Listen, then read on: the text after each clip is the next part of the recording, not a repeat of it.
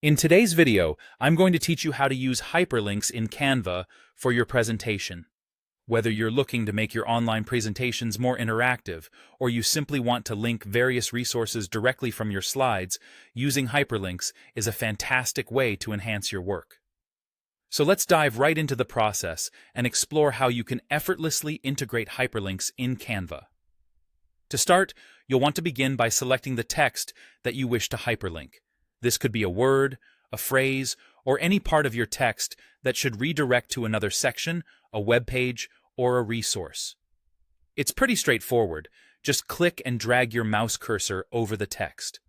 This highlights the text, marking it out for the next steps. With the text highlighted, direct your attention to the toolbar that's positioned at the top of the Canva interface. Here, you'll come across several options that assist you in modifying and managing your text.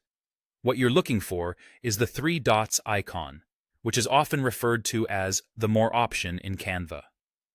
Once you click on these dots, a range of additional functionalities unfurls before you, providing access to features that might not initially be visible on the toolbar. As you click, you'll notice an option specifically labeled as Link. It's accompanied by a chain link icon, which makes it stand out easily. Click on this link option, and it will open a new field where you can create your hyperlink. When you do this, you'll notice a highlight over the text, indicating that the text is now prepared for hyperlinking. This step ensures you're accurately placing the hyperlink, avoiding unintended changes to other parts of your text. At this point, you're ready to enter the URL or the destination you want your hyperlink to navigate to.